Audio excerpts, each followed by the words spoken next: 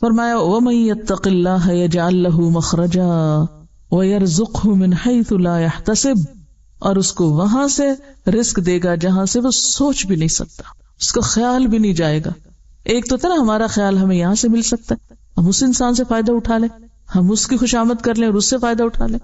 ایک یہ ذہنیت ہوتی ہے، ایک یہ مینٹالٹی ہوتی ہے جو انسانوں پہ بھروسہ کرتی ہے، اور ایک یہ ہوتی ہے کہ بندوں سے کمپلیٹ ٹوٹل استغنا، اصل توحید، پورے کا پورا بھروسہ صرف اللہ پہ۔ وہاں پھر جب وَمَن يَتَوَکَّلْ عَلَى اللَّهِ، جو اس طرح کا توکل کرتا ہے، فَهُوَ حَسْبُهُ، وہ اس کو کافی ہو جاتا ہے۔ ان اللہ بالغ امرہ، بے شک اللہ اپنے حکم کو، اپنے معاملے کو پہنچ کے رہے گا، اس کو اپنے فیصلے نافذ کرتے کچھ مشکل نہیں۔ قد جعل اللہ لکل شیء قدرا، اللہ نے ہر چیز کا ایک اندازہ مقرر کر رکھا ہے، ہر چیز کا ایک وقت، اس وقت تک صبر کرنے کی ضرورت ہوتی۔ ہم کیا چاہتے ہیں؟ ہم نے تقویٰ کر لیا، ہم نے توکل کر لیا، ہم نے کوشش کر لی، اب جلدی سے کام ہو جانا چاہیے جو ہم سوچ رہے ہیں، انتظار نہیں کرتے، صبر نہیں کرتے۔ اسی لیے آگے کیا فرمایا؟ وَلَا يُلَقَّاهَا إِلَّا الصَّابِرُونَ، اللہ کے وعدوں پہ یقین کر کے نیک عمل کرتے رہنے والے، اپنی رفتار میں کمی نہ آنے دینے والے، ساری مشکلات اور رکاوٹوں کے باوجود، ایسے لوگ وہی ہو سکتے ہیں جن کے اندر صبر ہو، اور صبر والے ہی پھر کامیاب ہوتے ہیں۔ اب دیکھیے کہ یہ جو علم ہے، العلم، حقیقت کا علم، یا میں دین کا علم نہیں کہوں گی، کیونکہ جب میں لفظ دین بولتی ہوں نا پھر آپ اپنی نیند میں چلے رہا، دین پتا ہے ہمیں، دین حقیقت کا علم، سچائی کا علم، دین یہی تو ہے ہمارا، سچائی کی بات، اصل حقیقت۔ حقیقت کا علم کس کو ملتا ہے؟ اصل بات، اصل خزانہ، اصل دریافت، اصل سمجھ، وہ کس کے حصے میں آتی ہے؟ من یرد اللہ بہ خیرا یفقہہ فی الدین۔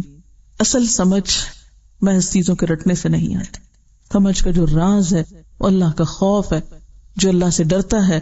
واتقوا اللہ ویعلمکم اللہ، اللہ اس کو سکھا دیتا ہے، تھوڑے علم میں بھی بہت برکت ڈال دیتا ہے اور انسان کو بہت آگے پہنچا دیتا ہے۔ پھر تو یہ جو علم حقیقت ہے، یہ دنیا کی سب سے قیمتی چیز ہے، کہ کسی شخص کو ریالٹی کا پتہ چل جائے، سچائی کا پتہ چل جائے، اصل حقیقتوں کا پتہ چل جائے، کیونکہ انسان ہر وقت دھوکے میں ہے نا۔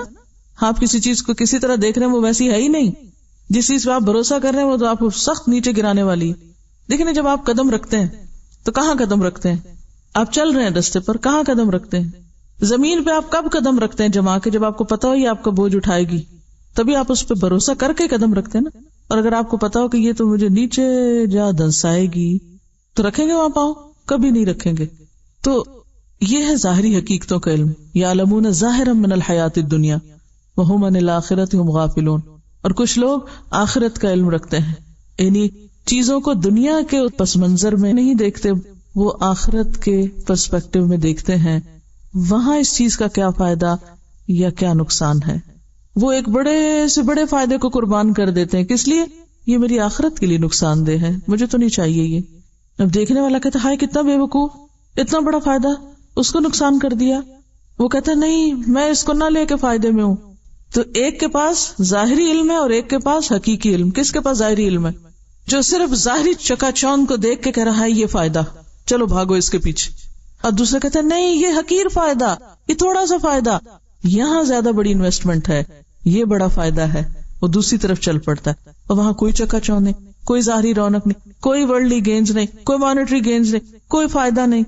انسان کہتا ہے یہ کتنا احمق ہے، اس کو کیا حاصل ہو رہا ہے، کیا مل رہا ہے، لیکن اس کی نظر میں اس کو بہت کچھ مل رہا ہوتا ہے۔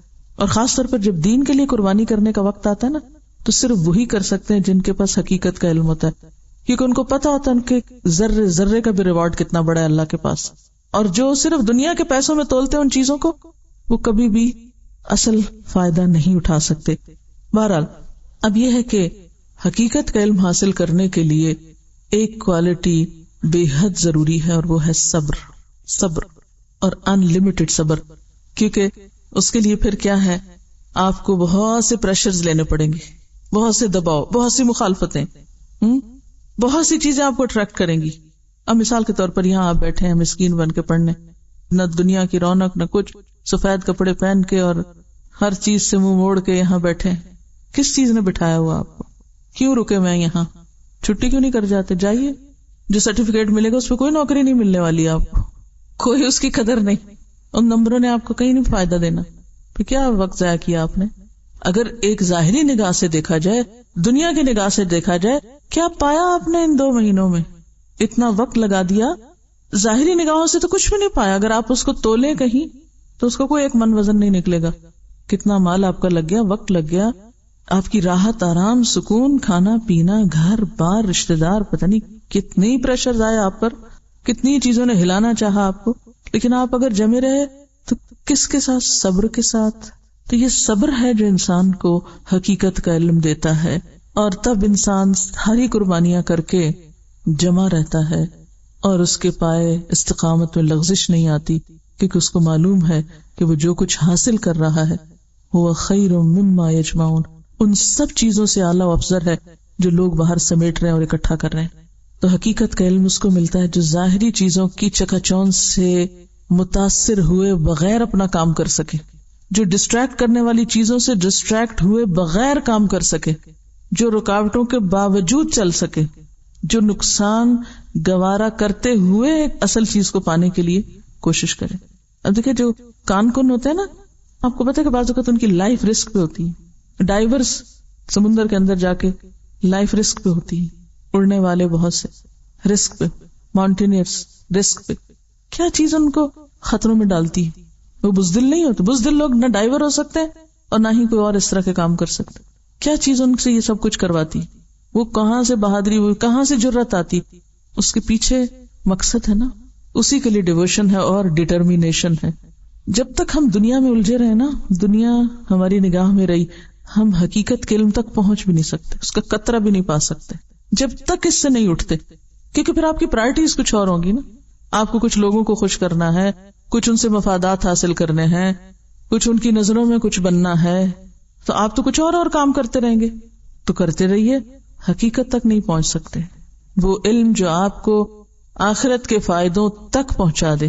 وہ ایک دعا آپ کو یاد کرائی جاتی، اللہم اقسم لنا من خشیتک ما تحول به بیننا وبین معصیتک. یہ کب آتی ہے وہ خشیت کہ جو انسان کے گناہوں کے لیے روک بن جائے؟ نہیں، یہ غلط کام میں کر ہی نہیں سکتی، چاہے مجھے کتنا مرضی فائدہ ہو، میں یہ جرم نہیں کر سکتی. یہ معرفت الہی سے آتی نا، حقیقی علم سے آتی. ورنہ تو جہاں 4 پیسے دیکھے، تھوڑا سا فائدہ دیکھا، انسان سب کچھ پیچھے چھوڑ کے بھاگ نکلا اس کے پیچھے.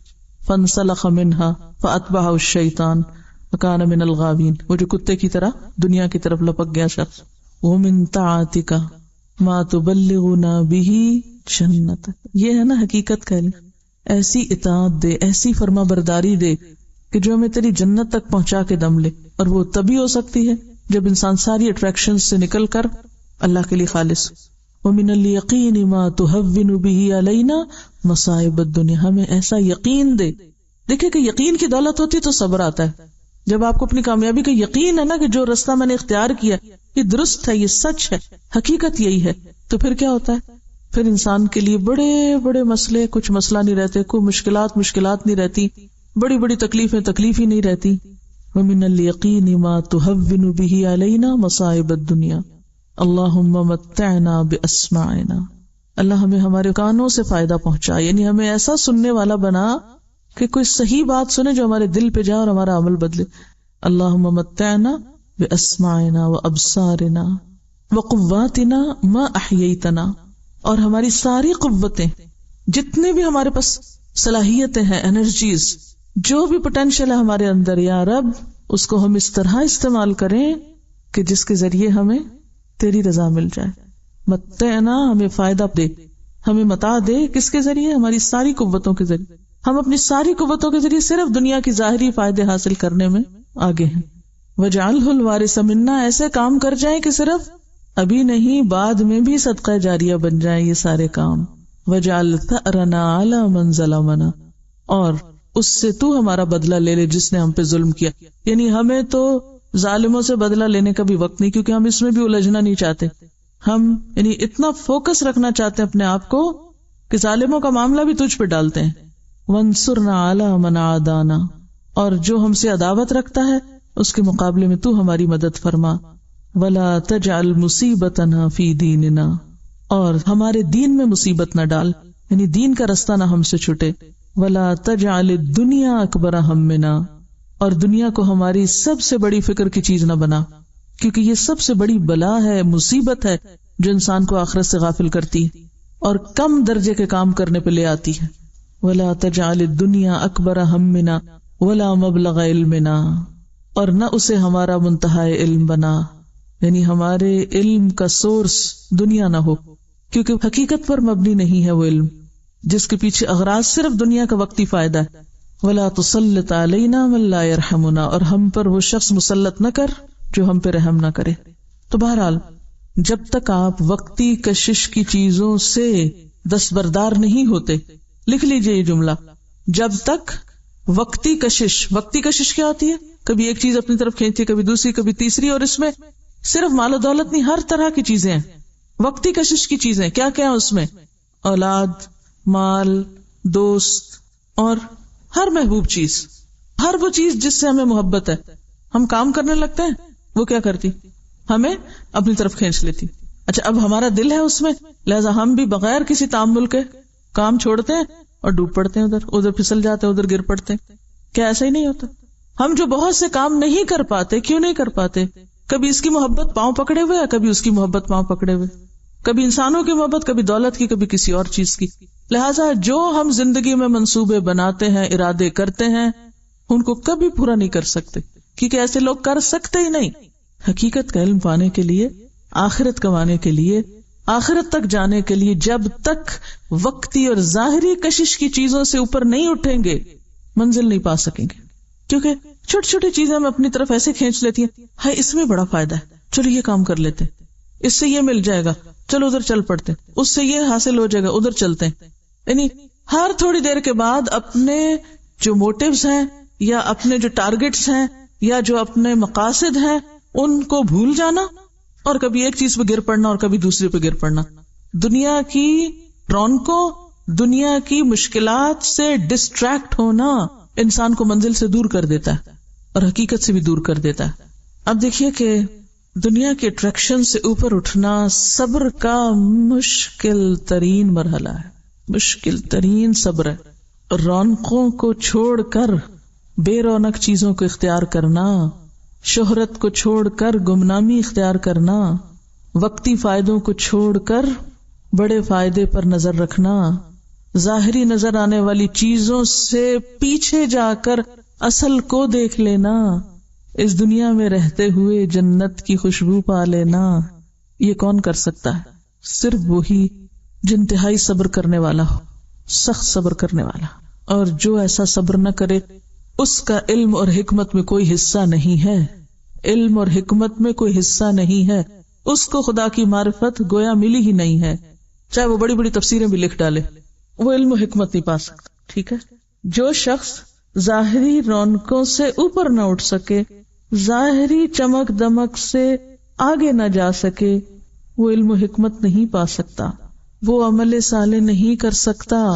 یہ صرف صبر والوں کا کام ہے. اب آپ اگر اس وقت ساتھ ساتھ محدثین کی تاریخ پڑھ رہے ہوتے نا، کچھ کام کرنے والوں کے پیچھے کے حالات اور واقعات پڑھے، تو پھر آپ کو یہ باتیں عمل سے سمجھ میں آتی. صحابہ کرام کے اندر اگر ایک جوہر ہے تو وہ یہی کہ انہوں نے ظاہری رونقوں کے پیچھے اپنا منزل اور اپنا مقام رکھا. دنیا تو جانی والی چیز تھی، چلی گئی ان سے، لیکن وہ جو بلند منزلیں ان کو وہاں ملی، اور سب سے بڑا سرٹیفکیٹ رضی اللہ عنہم ورضوا عنہ، اصل لے کر چلے گئے. اور یہ عام لوگوں کے بس کی بات نہیں. دنیا سے چپکے ہوئے نا، اب جو زمین سے چپک جائے وہ اڑ سکتا ہے؟ زمین سے چپکا ہوا اڑ نہیں سکتا.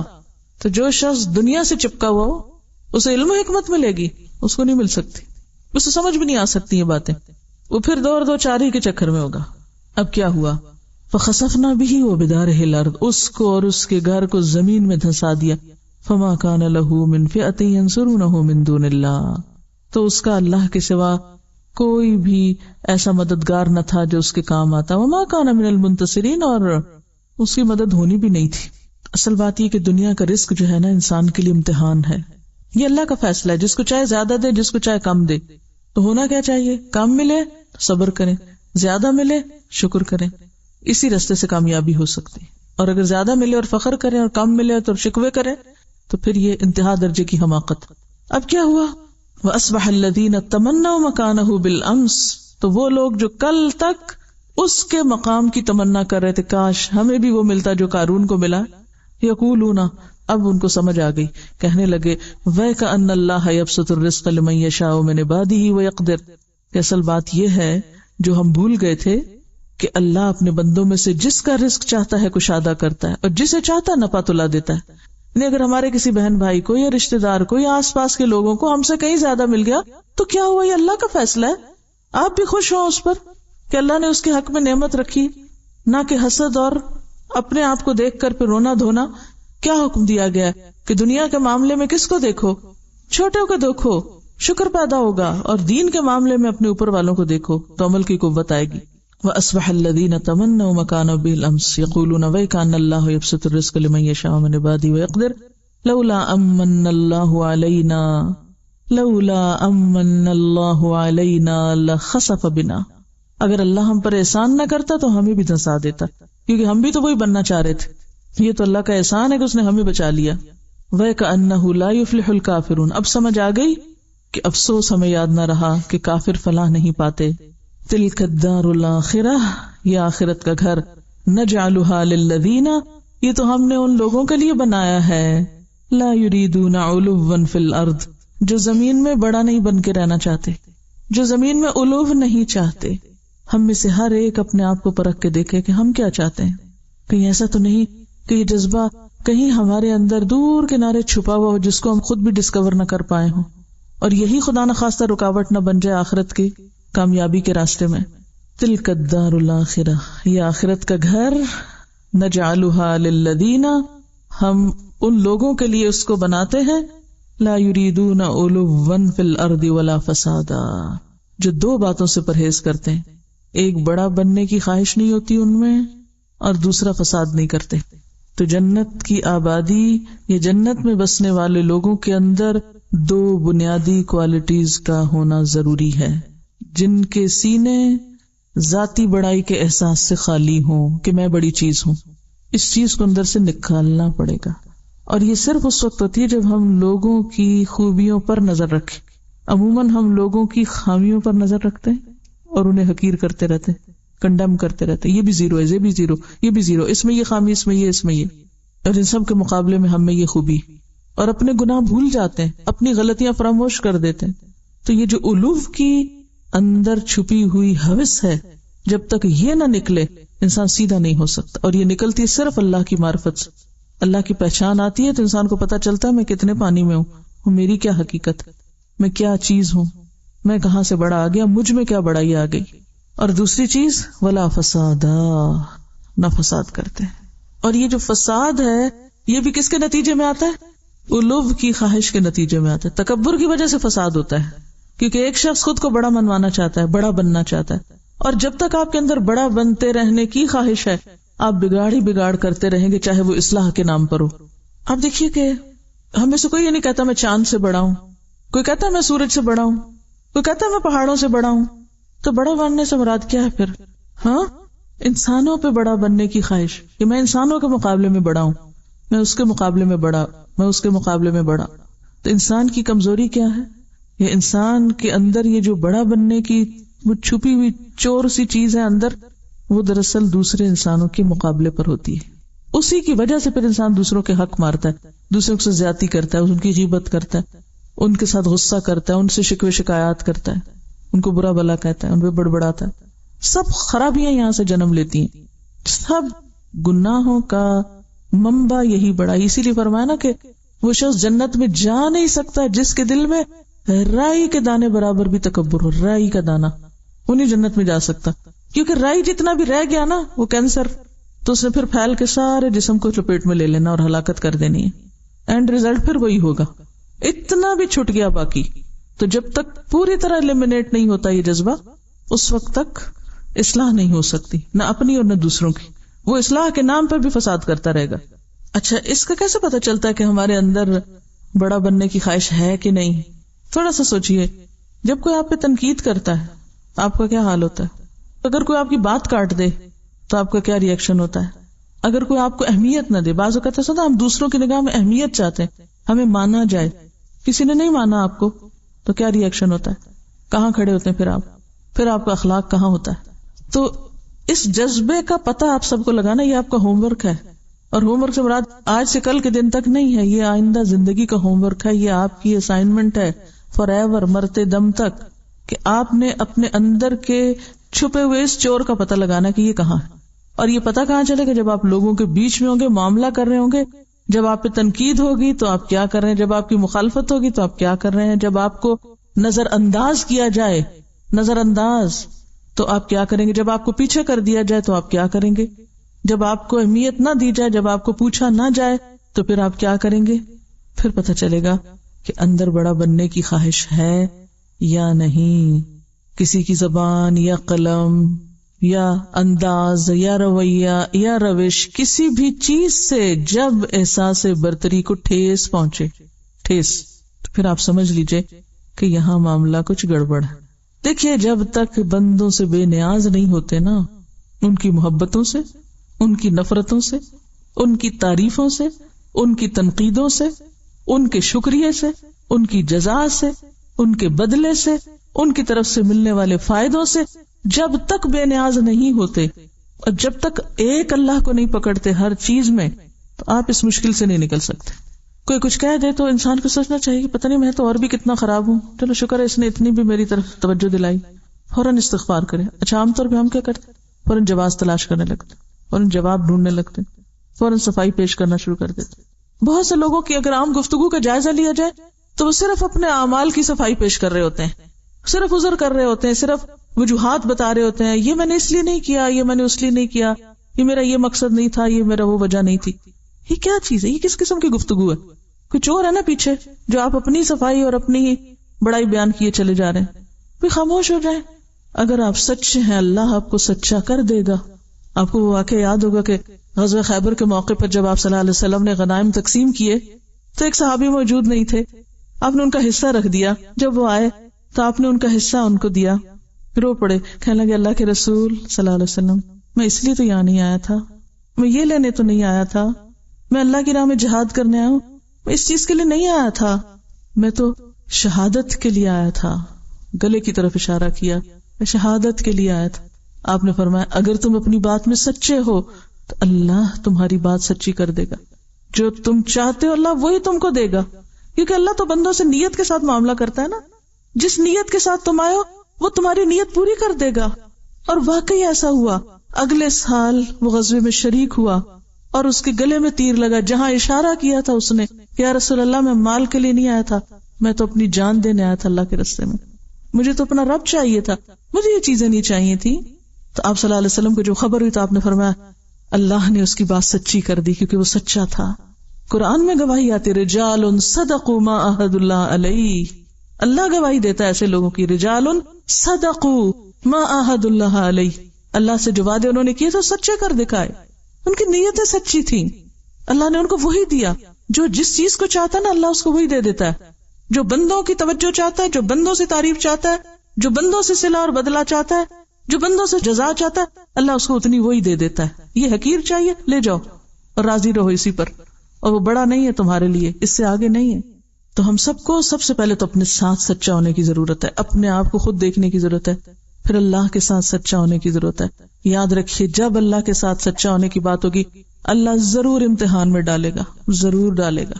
یہ ہو نہیں سکتا کہ کوئی امتحان میں ڈالے بغیر اس کی سچائی باہر آئے، کیونکہ کھرا کھوٹا کیسے پگھلتا ہے، کیسے نکلتا ہے، کھرا کھوٹا کیسے سامنے آتا ہے، کیسے الگ ہوتا ہے. بھٹی پہ تپایا جائے تو پھر پتا چلتا ہے نا کون کھرا اور کون کھوٹا ہے. آزمائش کے بغیر تو کسی کا بھی درجہ اوپر نہیں ہوتا.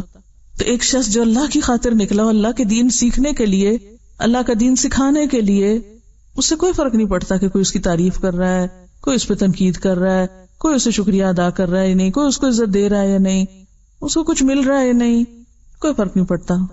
میں اس لیے تو نہیں آیا.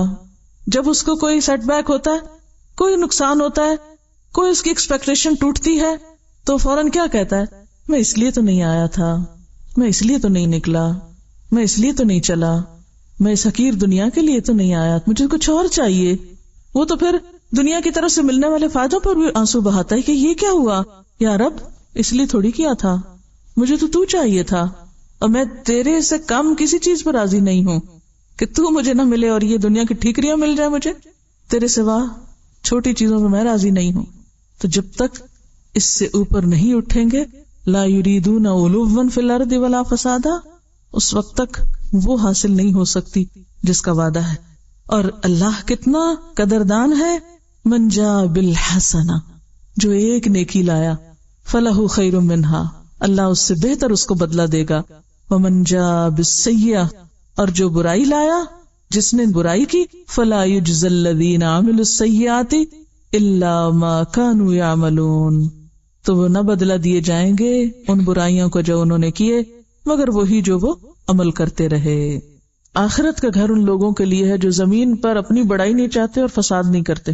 تو اپنی بڑائی کے بارے میں یا تکبر کے بارے میں چند ایک احادیث یاد دہانی کے لیے رسول اللہ صلی اللہ علیہ وسلم نے فرمایا، کیا میں تم کو اہل جنت کے بارے میں بتا دوں کہ جنت والے کون ہیں؟ یاد رکھو، ہر وہ ضعیف اور کمزور شخص جس کو لوگ حقیر اور ضعیف سمجھیں. جنت کے بادشاہ کون؟ اہل جنت کون؟ جسے لوگ کمزور اور ضعیف سمجھے، ناکارہ سمجھے. اگر وہ اللہ کی قسم کھا لے، اللہ اس کی قسم کو سچا کر دے، یعنی دنیا میں وہ بہت امپریسو نہیں ہے لیکن اللہ کے بڑے پیارے ہیں. یہاں اسے مراد وہ ضعیف نہیں جو نکمے ہیں، یا وہ لوگ جو بظاہر دنیاوی سٹیٹس نہیں رکھتے مگر ویسے اپنے ایمان تقوی میں آگے ہیں. اور کہا میں تم کو ان لوگوں کے بارے میں بتا دوں جو دوزخ والے ہیں، ہر وہ شخص جو جھوٹی اور لغو بات پر سخت جھگڑا کرے، یعنی بے بنیاد باتوں پر جھگڑا چھیڑے، درست مزاج، مال جمع کرنے والا اور متکبر ہو. رسول اللہ صلی اللہ علیہ وسلم نے فرمایا، جس شخص کے دل میں رائی کے برابر بھی تکبر ہوگا وہ جنت میں نہ جائے گا. ایک شخص نے عرض کیا، ہر کوئی اس بات کو پسند کرتا ہے کہ اس کا لباس اچھا ہو، اس کا جوتا اچھا ہو. آپ نے فرمایا، اللہ تعالیٰ جمیل ہے اور جمال پسند کرتا ہے. تکبر کہتے ہیں بطر الحق و غمت الناس، حق کا انکار اور لوگوں کو حقیر سمجھنا. تو یاد رکھیے، لوگوں میں سارے لوگ آتے ہیں، چاہے مسلم ہو یا نان مسلم ہو یا کوئی بھی. ہمیں اگر اپنے مسلمان ہونے پہ فخر ہے تو دوسروں تک اگر ہم نے پیغام ابھی تک نہیں پہنچایا اور وہ اسلام سے لابلد ہیں تو ان کو حقیر سمجھنے کا آپ کو حق کس نے دیا ہے؟ آپ کو کیا خبر کہ ان کی لا علمی اور ان کے حالات کی وجہ سے اللہ تعالیٰ ان کو تو چھوڑ دے اور پکڑ لے آپ جیسے فخر کرنے والوں کو جو صرف دین کو اپنی ہی جائیداد بنا کے بیٹھ گئے اور اپنا ہی ورثہ سمجھ لیا. حالانکہ یہ دین تو کس کے لیے تھا؟ پوری دنیا کے لیے تھا، سارے انسانوں کے لیے تھا. قصور بھی ہمارا کہ پہنچایا نہیں. پھر جو خود کے پاس ہے اس پہ فخر اور دوسروں کے پاس نہیں تو ان کو حقیر سمجھا جا رہا ہے. کوئی حق نہیں ہمیں کسی کو حقیر سمجھنے کا اور کوئی حق نہیں ہمیں فخر کرنے کا. اللہ ہی بہتر جانتا ہے کہ کون کہاں ہے. حضرت ابو ہریرہ کہتے ہیں کہ رسول اللہ صلی اللہ علیہ وسلم نے فرمایا، 3 شخص ایسے ہیں جن سے اللہ تعالیٰ قیامت کے دن بات بھی نہ کریں گے، نہ ان کو گناہوں سے پاک کریں گے. ایک تو بوڑھا زانی، دوسرے جھوٹا بادشاہ، تیسرے مفلس تکبر کرنے والا، یعنی غریب بھی اور متکبر بھی ہے بھی کچھ نہیں پاس، کوئی دے تو اس پہ اکڑ بھی. رسول اللہ صلی اللہ علیہ وسلم نے فرمایا، اللہ تعالیٰ فرماتے ہیں، بزرگی میری چادر ہے، عظمت میرا تہبند، پس جو شخص ان دونوں میں سے کسی ایک کو مجھ سے چھینے میں اس کو دوزخ کی آگ میں ڈالوں گا. یعنی کسی کو بڑا بننے کا حق نہیں. لا یریدون علوا فی الارض ولا فسادا. رسول اللہ صلی اللہ علیہ وسلم نے فرمایا، ایک شخص ہے جو ہمیشہ اپنے آپ کو بزرگ و برتر سمجھتا ہے. سنیے اس بات کو غور سے. ایک شخص ہے جو ہمیشہ اپنے آپ کو بڑی چیز سمجھتا ہے کہ میں بڑا ہوں، میں ان سب سے بڑا اچھا ہوں، اور لوگوں سے دور رہتا ہے، الگ تھلگ اپنی الگ دنیا بنائی ہوئی ہے. یعنی گھل مل کے نہیں رہتا. کیوں نہیں گھل مل کے رہتا؟ اس کو ہر ایک میں کوئی نہ کوئی نقص نظر آتا ہے، یہ ایسا خراب، یہ ویسا خراب، یہ ویسا خراب. تبھی تو نہ وہ کسی سے محبت کر سکتا، نہ لوگ اس سے محبت کرتے ہیں. جو محبت دینا نہیں جانتا وہ لینے کے بھی قابل نہیں ہوتا. یہاں تک کہ اس کا نام متکبروں اور سرکشوں میں لکھ دیا جاتا ہے. یعنی ایسا شخص اللہ کو پسند نہیں. پھر جو مصیبت دنیا اور آخرت میں سرکشوں پہ پڑتی ہے وہی اس کو پہنچتی ہے، اس کا بھی پر انجام انہی کے ساتھ ہوتا ہے. کبھی اپنے آپ کو دوسروں سے بہتر نہ سمجھیں. کہیں کمپیریزن ہونے لگے اندر نفس میں، فوراً سوچے پتہ نہیں اس کے اندر کون سی خوبی ہے جو ظاہر نہیں مجھ پہ، کیونکہ میں تو جاہل ہوں نا. پتہ نہیں اس کے اندر کون سی ایسی بھلائی ہوگی، پتہ نہیں اس کی نیت کتنی خالص ہوگی، پتہ نہیں اس کے اندر کون سی اچھائی ہوگی. کل قیامت کے دن جن کو آج ہم حقیر سمجھے بیٹھے ہیں، وہ اگر وہ اونچے چلے گئے اور ہم نیچے کہیں بیٹھے ہوئے تو کیا ہوگا؟ کیونکہ ساری خرابیاں، جتنی اخلاقی خرابیاں، سب شروع یہیں سے ہوتی ہیں، اپنے آپ کو اچھا سمجھنے سے. سب کی ابتدا یہیں سے ہوتی ہے. تو جہاں سمجھے، جہاں یہ نفس میں یہ فتنہ اٹھنے لگے میں بہتر ہوں، اور جس کے ساتھ خود کو کمپیئر کر رہے ہیں، فوراً سوچیں پتہ نہیں اس کے اندر کیا خوبی اور بھلائی ہوگی جو میرے اندر نہیں. میں اپنی صرف کسی ایک بات کی وجہ سے اپنے آپ کو اچھا سمجھ رہی ہوں، کیا معلوم کسی اور کے اندر کیا کیا اچھائیاں چھپی ہوئی ہیں. کیونکہ اللہ کے بہت سے بندے ایسے ہیں جو اپنی نیکی ظاہر بھی نہیں کرنا چاہتے اور آپ کو پتہ ہی نہیں، اور آپ ان کے بارے میں معلوم نہیں کیا سے کیا گمان کیے بیٹھے. رسول اللہ صلی اللہ علیہ وسلم نے فرمایا بدترین بندہ وہ ہے، بدترین جس نے اپنے آپ کو دوسروں سے بہتر جانا، جس نے اپنے آپ کو دوسروں سے بہتر جانا اور تکبر کیا اور اللہ بزرگ و برتر کو بھول گیا. بدترین ہے وہ بندہ جس نے لوگوں پہ جبر اور قہر کیا اور خداوند قہار و جبار کو بھول گیا. بدترین ہے وہ بندہ جو دین کے کاموں کو بھول گیا اور دنیا کے کاموں میں محو ہو گیا اور قبروں اور جسم کی بوسیدگی کے خیال کو فراموش کر دیا، مرنے کو بھول گیا، وہ اتنا دنیا میں منغمک ہوا. بدترین ہے وہ بندہ جس نے فساد ڈالا، حد سے تجاوز کر گیا اور اپنی ابتدا اور انتہا کو بھول گیا. ابتدا بھی انسان اگر اپنی یاد رکھے تو کبھی تکبر نہ آئے. جب وہ خون کا لوتھڑا تھا، جب اس کی کوئی شکل نہ تھی، وہ مضغہ تھا، وہ علقہ تھا. حضرت ابو ہریرہ کہتے ہیں کہ رسول اللہ صلی اللہ علیہ وسلم نے فرمایا 3 چیزیں نجات دینے والی ہیں، انسان کو بچانے والی ہیں، سیو کرنے والی، اور 3 ہلاک کرنے والی. نجات دینے والی چیزیں، نمبر 1 ظاہر و باطن میں اللہ سے ڈرنا، نمبر 2 خوشی اور ناخوشی دونوں حالتوں میں حق بات کہنا، انصاف کی بات کرنا، یعنی کسی کے بارے میں آپ خوش ہیں کہ اس نے آپ کو کوئی فائدہ پہنچایا ہوا ہے یا کسی سے ناراض ہیں، بات انصاف ہی کی ہو. نمبر 3 دولت مندی اور فقیری دونوں حالتوں میں اعتدال اختیار کرنا، زیادہ ہے تب بھی، تھوڑا ہے تب بھی اعتدال سے زندگی بسر کرنا. یعنی کہ جب زیادہ ہو تو انسان پھولنے لگ جائے، اترانے لگ جائے اور یہ سمجھے یہ سب میرے زور بازو اور میرے علم کا نتیجہ، اور جب کچھ نہ رہے تو مایوس ہو جائے. دیکھیے مایوس کیوں ہوتا ہے انسان؟ مایوس صرف وہ شخص ہوتا ہے جو اپنی کامیابیوں کو اپنی قوت اور اپنے علم اور اپنی صلاحیت کا نتیجہ سمجھتا ہے. تو جب تک تو زور ہوتا ہے نا تو وہ سمجھتا ہے میں بڑی چیز ہوں. جب زور ختم ہو جاتا ہے اب وہ بے بس ہوتا ہے اور اسے پتا چل جاتا ہے اب میں کچھ نہیں کر سکتا، پھر وہ انتہائی مایوس ہو جاتا ہے. ایک انتہا پہ تکبر ہے اور دوسرے انتہا پہ مایوسی ہے. جو معتدل انسان ہوتا ہے نہ وہ پھولتا اور اتراتا ہے، نہ وہ خوشی میں آپے سے باہر ہوتا ہے اور نہ وہ غم میں آپے سے باہر ہوتا ہے، وہ مایوس بھی نہیں ہوتا، وہ آخری درجے تک اللہ کی رحمت سے امید رکھتا ہے کہ میرا رب مجھے تنہا نہیں کرے گا، میرا رب مجھے رسوا نہیں کرے گا، میرا رب میرے ساتھ ہے. کلا ان معی ربی سیہدینی، میرا رب میرے ساتھ ہے، مجھے راہ دکھا دے گا. تو نیکیوں پہ پھولنا اور جب نیکی کی توفیق نہ مایوس ہو کے بیٹھ جائے، نہیں، دونوں انتہائی رویے ہیں جو نقصان دہ ہیں. جو شخص ہمیشہ واقعی سچے دل سے ہی سمجھتا نا میرے پاس جو کچھ بھی ہے یہ میرے رب کا دیا ہوا، میرا نہیں ہے، تو جب وہ چیز نہیں بھی رہتی نا پھر بھی وہ کہتا ہے اللہ تیرا شکر، تو نے دیا، جیسے ایوب علیہ السلام، تو نے دیا تیرا شکر، تو نے لیا تیرا شکر.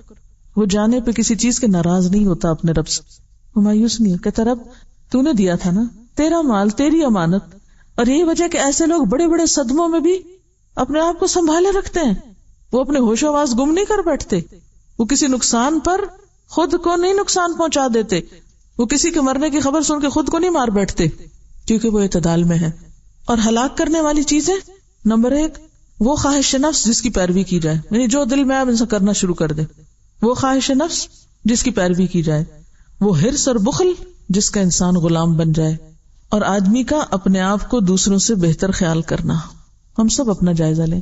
اتنا افسوس اور دکھ ہوتا ہے بعض اوقات اچھے بھلے دیندار پڑھے لکھے لوگوں کو کہ جن کو تھوڑی سی 4 باتیں دین کی پتہ چل جائے وہ باقی سب کو بے وقوف سمجھنے لگتے ہیں اور حقیر سمجھنے لگتے ہیں اور اپنے آپ کو بڑی چیز سمجھنے لگتے ہیں. ہر ایک پہ انگلی اٹھانا پھر فرض سمجھتے ہیں، ہر ایک کی غیبت کرنا اور پیچھے بیٹھ کے ان کی باتیں کرنا، ان کے نزدیک پھر کوئی وہ برائی نہیں رہتی اس میں.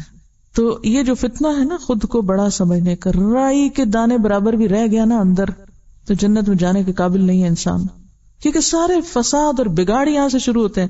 اور جنت تو پرامن بستی ہے، تو بگاڑ کرنے والے لوگ اگر وہاں پہنچ گئے تو وہ جنت کا مزہ بھی حرام کر دیں گے سب پر، وہ وہاں بھی فساد شروع کر دیں گے، وہاں بھی لڑائی جھگڑے، اور ادھر کی بات ادھر لگا، ادھر کی ادھر لگا، کیونکہ وہ صرف اپنے سوا کسی اور کا حق نہیں سمجھتے نا کسی چیز پر. اور اس پر ابھی آپ کو بہت محنت کرنی پڑے گی، صرف ایک لیکچر سے ٹھیک نہیں ہوگا معاملہ، ساری زندگی آپ کو اس پر کام کرنا ہے.